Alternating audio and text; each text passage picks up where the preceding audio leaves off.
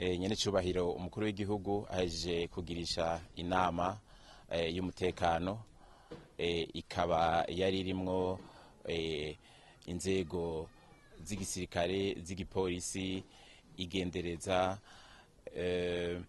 n'ubushikiranganje butandukanye buraba ivy'umutekano bakaba baravye uko umutekano umeze kuva aho inama yaheruka nk'iyi y'umutekano yabaye tariki 8 z'ukwezi kwa gatatu Imuyinga. Muri rusangi rero basanze umutekano wifashe neza cyane ugereranije no kuba rumeze ico gihe hari haheze amezi 3. Nyene cyubahiro umukuru w'igihugu yafashe ijambo aratanga inyinshi z'ibibazo bimwe na bimwe kuko ibibazo byinshi byari byamaze kwishurwa n'abarongoye abandi mu gisirikare mu turere no mu gipolisi.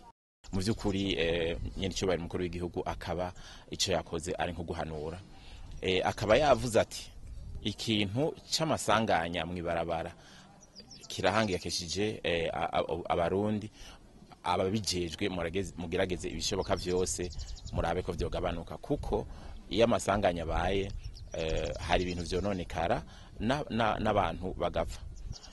Yahanuye avuga ati murabe neza abantu mujejwe ubutungane ko hakundi mu mugera mu kumva yuko hari nk'umuntu yari yacira urubanza bakamurekura cagihe mugira gutya mukumva hari abantu bafatanywa amafaranga mumaze iminsi muzumva cyane gose aho ibihugu bimwe na bimwe duhana imbibe bafata amafaranga y'amarundi cyane cyane amafaranga mato mato ibiceri n'inoti bikajabuka bikaja hanze y'umupaka ariko bikongera bikagaruka bijya bigarutse nk'ivyo bafashe hirya yejo n'ivyo bacafye bakurikije amwe meza yagiye kugira ngo batere uruhagarara mu butunzi bw'igihugu. Ati ivyo navyo mubiraba.